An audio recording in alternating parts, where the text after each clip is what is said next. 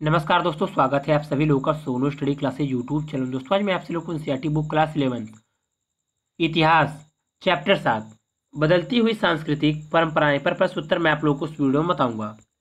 संक्षेप में उत्तर दीजिए।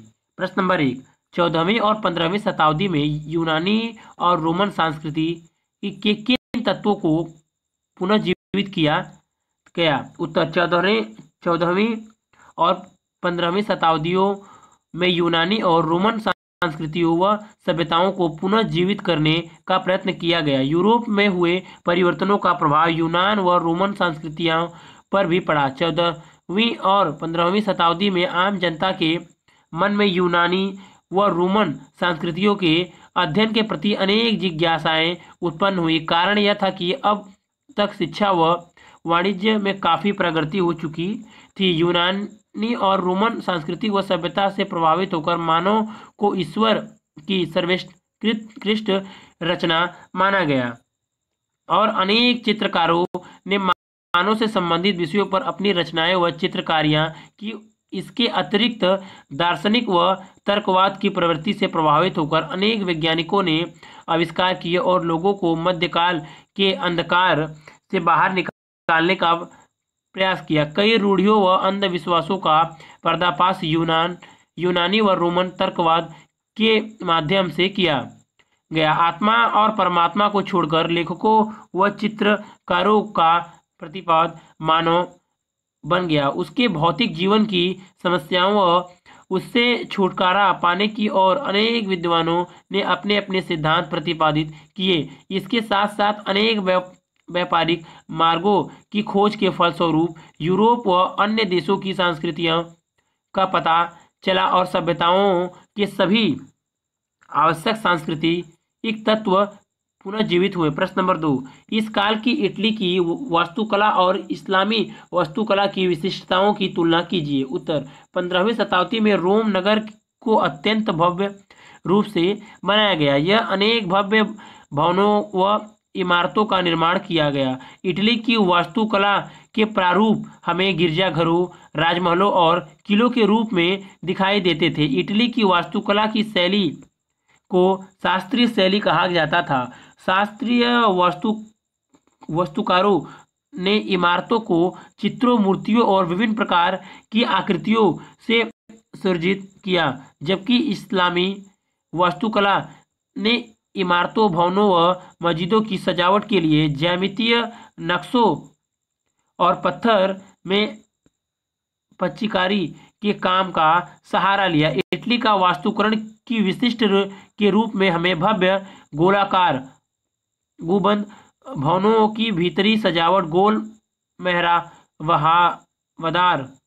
मेहराबदार दरवाजे आदि दिखाई देते थे। हालांकि इस्लामी वास्तुकला इस काल में अपनी चरम सीमा पर थी। विशाल भवनों में बल्ब के आकार जैसे गुंबद, छोटी मीनारें, घोड़े की खुरों के आकार के मेहराब और मरोड़दार घुमावदार खंभे आश्चर्यचकित कर देने वाले हैं। ऊंची मीनारों और खुले आंगनों का प्रयोग हमें इस्लामी वास्तुकला के भवनों में नजर आता है। उपरोक्त तुलना के आधार पर हम कह सकते हैं कि इटली की वास्तुकला और इस्लामी वास्तुकला में हमें कुछ अंतर व कुछ समानताएं नजर आती हैं। प्रश्न नंबर 3, मानवतावादी विचारों का अनुभव सबसे पहले इतालवी शहरों में क्यों हुआ? उत्तर, इटली के अनेक नगरों में सामंतवाद की समाप्ति और स्वतंत्र नगरों की स्थापना होने से मानवतावादी विचारधारा को विकसित होने के लिए अनुकूल अवसर मिला। 14वीं शताब्दी के विद्वानों द्वारा प्लेटो व अरिस्टोटल के सिद्धांतों एवं ग्रंथों के अनुवादों का अध्ययन किया गया। इसके अतिरिक्त मध्यकाल के कुस्तुनतुनिया पर तुर्कों द्वारा आधिपत्य कायम कर लेने से अनेक विद्वानों एवं दार्शनिकों ने इटली में शरण ली और वह अपने साथ विपुल मात्रा में साहित्य में गए। अरब वासियों की कृपा दृष्टि से इटली वासियों को अनेक साहित्यिक रचनाओं के अनुवाद भी प्राप्त हुए। प्राकृतिक विज्ञान, खगोल विज्ञान, गणित और औषधि विज्ञान आदि विषयों की तरफ लोगों का ध्यान आकर्षित हुआ। इसके अतिरिक्त इटली के अनेक विश्वविद्यालयों में मानवतावादी विषयों पर अध्यापन एवं अध्ययन शुरू होने लगा। इटली के पादुआ विश्वविद्यालय में मानवतावाद की शिक्षा दी जाती थी।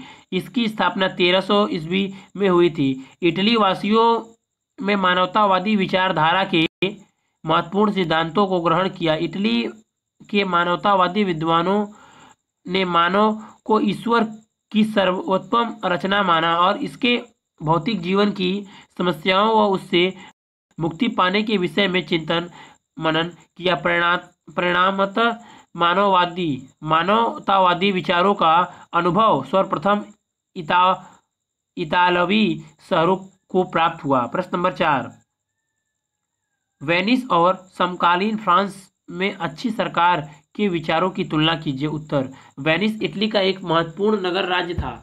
वहां पर गणतंत्रीय शासन प्रणाली 15वीं सदी में आरंभ हो चुकी थी। वेनिस के अतिरिक्त फ्लोरेंस और रोम विशेष रूप से उल्लेखनीय स्वतंत्र नगर राज्य थे। यह गणराज्य राजकुमारी द्वारा शासित किए जाते थे। यहाँ के धनी व्यापारी एवं महाजन नगर की शासन प्रणाली में सक्रिय रूप से भूमिका निभाते थे। नगर का संपूर्ण अधिकार एक ऐसी परिषद के हाथों में था जिसके सारे सदस्य संभ्रांत वर्ग के और 35 वर्ष से अधिक आयु वाले थे। वेनिस में शासन की बागडोर नागरिकों के हाथों में थी। वेनिस निवासियों में नागरिकता की भावना अत्यधिक व्याप्त थी। दूसरी तरफ फ्रांस की शासन प्रणाली वेनिस के एकदम विपरीत थी। फ्रांस में नजर राज्यों का संचालन निरंकुश शासक वर्ग के हाथों में था। चार्ल्स प्रथम, लुई 12वां, लुई 13वां और लुई 14वां ऐसे निरंकुश शासक थे। धर्माधिकारी एवं समांत राजनीतिक दृष्टि से ज्यादा शक्ति संपन्न थे। नागरिकों का शोषण करना यहाँ पर सामान्य बात थी। निस्संदेह वेनिस नगर में किसी प्रकार की क्रांति नहीं हुई, किंतु फ्रांस के नगर राज्यों में अनेक क्रांतियों का जन्म हुआ और इसका असर वहाँ की सांस्कृतिक, धार्मिक, सामाजिक एवं आर्थिक व्यवस्था पर व्यापक रूप से पड़ा। इस प्रकार वेनिस और समकालीन फ्रांस की सरकारों में व्यापक स्तर पर भिन्नता थी। संक्षेप में निबंध लिखिए। प्रश्न नंबर 5, मानवतावादी विचारों की क्या अभिलक्षण थे? उत्तर, यूरोप में 13वीं व 14वीं शताब्दी में शिक्षा के अनेक कार्यक्रमों का संचालन किया गया। विद्वानों का मत था कि केवल धार्मिक शिक्षा विकास की दृष्टि से पर्याप्त नहीं है। इसी नई संस्कृति को 19वीं सदी के इतिहासकारों ने मानवतावाद की संज्ञा दी। 15वीं शताब्दी की शुरुआत में मानवतावादी शब्द उन अध्यापकों के लिए प्रयुक्त किया जाता था जो व्याकरण, अलंकार, अर्थशास्त्र, कविता, इतिहास तथा नीति दर्शन में अध्ययन कार्य करते थे। यह शब्द लैटिन शब्द ह्यूमैनिटीज शब्द से बना है। सदियों पूर्व रोम के वकीलों तथा निबंधकारों में सिसरो 106-43 ईस्वी पूर्व ने जो कि जूलियस सीजर का समकालीन था, सांस्कृतिक के अर्थ से ग्रहण किया। मानवतावादी विचारों के मुख्य अभिलक्षण इस प्रकार थे। मानवतावाद विचारधारा के अंतर्गत मानव के जीवन, सुख और समृद्धि पर बल दिया जाता था। मानवतावाद के प्रथम से यह तथ्य स्पष्ट हो गया कि मानव धर्म और ईश्वर के लिए ही न होकर हमारे अपने लिए भी है। मानव का अपना एक अलग विशेष महत्व है। मानव जीवन को सुधारने व उसके भौतिक जीवन की समस्याओं का समाधान करने पर बल देना चाहिए। मानव का सम्मान करना चाहिए। इसका कारण यह है कि मानव ईश्वर की सर्वोत्कृष्ट रचनाओं में से एक है। पुनर्जागरण काल में महान कलाकारों की कृतियों और मूर्तियों में जीसस क्राइस्ट को मानव शिशु के रूप में और मेरी को वात्सल्य यमी माँ के रूप में चित्रित किया गया था। निस्संदेह मानवतावादी रचनाओं में धार्मिक भावनाओं का हास्य पाया जाता है। पुनर्जागरण काल में महान साहित्यकारों ने अपनी कृतियों में प्रतिपाद मानव की भावनाओं, दुर्बलताओं और शक्तियों का विश्लेषण किया है। उन्होंने अपनी कृतियों के केंद्र के रूप में धर्म व ईश्वर के स्थान पर मानव को रखा। इस युग की प्रमुख साहित्यिक कृतियों में डिवाइन कॉमेडी, यूटोपिया, हैमलेट आदि प्रसिद्ध है। प्रश्न नंबर 6। 17वीं शताब्दी के यूरोपीय को विश्व किस प्रकार भिन्न लगा, उसका एक सुनिश्चित विवरण दीजिए। उत्तर, 17वीं शताब्दी में आए सांस्कृतिक परिवर्तन में रोमन और यूनानी शास्त्रीय सभ्यता का ही केवल योगदान नहीं था। पुनर्जागरण ने प्रत्येक तत्व को तर्क की कसौटी पर कसने की जिस अवधारणा को उत्पन्न किया, उसके परिणाम स्वरूप विज्ञान के क्षेत्र में विशेष रूप से प्रगति हुई। इसके अतिरिक्त रोमन संस्कृति के पुरातत्व और साहित्यिक पुनरुद्धार के द्वारा भी इस सभ्यता के प्रति बहुत अधिक प्रशंसा के भाव व्यक्त किए गए। मध्य युग का एक सिद्धांत था कि पृथ्वी विश्व की धुरी है। यह धारणा आलोचना का प्रतिपाद बन गई।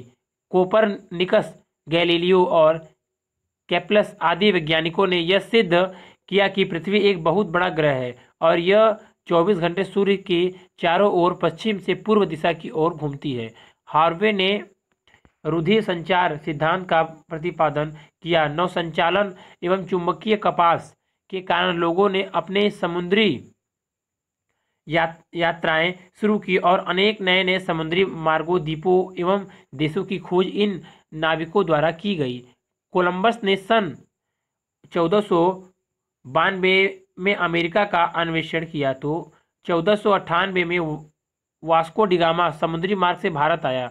यहाँ तक कि स्पेनी नाविक 1606 में ताहिती द्वीप पर पहुँच गए। इस्लाम के विस्तार और मंगोलों की जीत से एशिया एवं उत्तरी अफ्रीका का संबंध यूरोप के अनेक देशों के साथ वाणिज्यिक आधार पर स्थापित हुआ। परिणामतः उन द्वीपों व देशों की सांस्कृतिक, सामाजिक, आर्थिक एवं राजनीतिक स्तर पर जानकारियाँ प्राप्त हुई।